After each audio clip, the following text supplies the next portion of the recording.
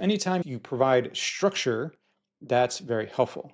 What's not so helpful is a sort of more academic framework that requires more knowledge than I need, right?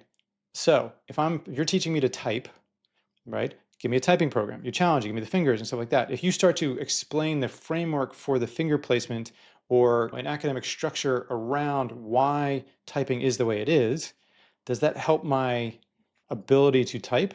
Not really, right? And so, for example, SWOT, strengths, weaknesses, opportunities, threats. Most people have seen that, right?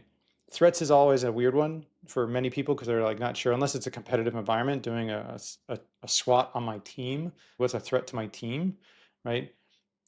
Is an example where it's not really important that they do the SWOT or they understand SWOT. You're really looking for strengths and opportunities. What am I good at? What am I not good at? What could go right? What could go wrong? And so in that case, SWOT is a fancy business school term, but for an engineer who's not really interested in business school or something like that, okay, what are you good at? What do we need to work on?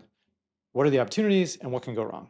Like that would be a much easier way to explain. I want you to answer 4 questions for me, right? Versus trying to explain the SWOT. And they're like, what is the threat? How does that? You're spending all this time digging into the framework, which for a certain set of people, for executives, we're going to see SWOTs all over the place. Yes, you want to understand it, but for the individuals, is it really important? So whenever you're thinking about a new framework, is it adding to the individual's job? Is it going to make it faster and easier for them to do what they need to do or not? Is it a distraction? And that will tell you whether or not to roll out the framework or you use the framework and you roll out the simplified version of it for other people.